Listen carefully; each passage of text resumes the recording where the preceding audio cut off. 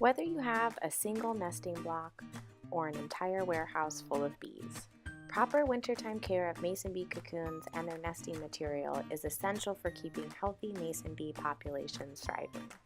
And no matter if you use heavy-duty machinery or a manual scraping tool for removing your bees from their holes, solitary beekeepers are often left wondering what is the best technique for cleaning cocoons to prepare them for hibernation.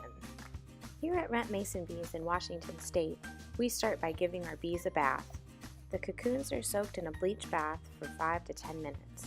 With our large quantities of bees, we use about a cup of bleach in a 20-gallon tub. The bleach is used to remove pests like pollen mites and chalk-brood fungus that could be present on the cocoons.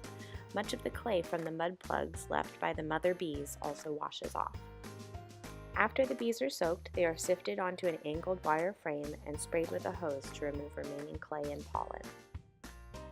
If you're doing this at home, your kitchen sink sprayer can work just as well.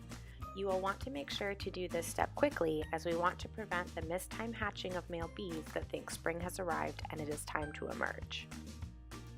After they have been hosed off, the cocoons are sprayed onto a drying rack and taken to a drying chamber, where they will remain overnight under a fan. Once the bees are fully dried, they are taken to the light board station to be sorted and weighed. Any cocoon that allows light to penetrate through does not contain a viable bee. The empty cocoons and any remaining debris are removed and the bees are weighed.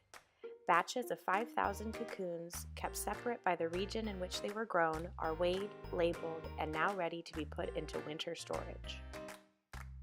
The bees are placed in a walk-in refrigerator and the temperature is slowly lowered over the course of several weeks to around 33 degrees Fahrenheit to mimic the winter temperatures of the Pacific Northwest.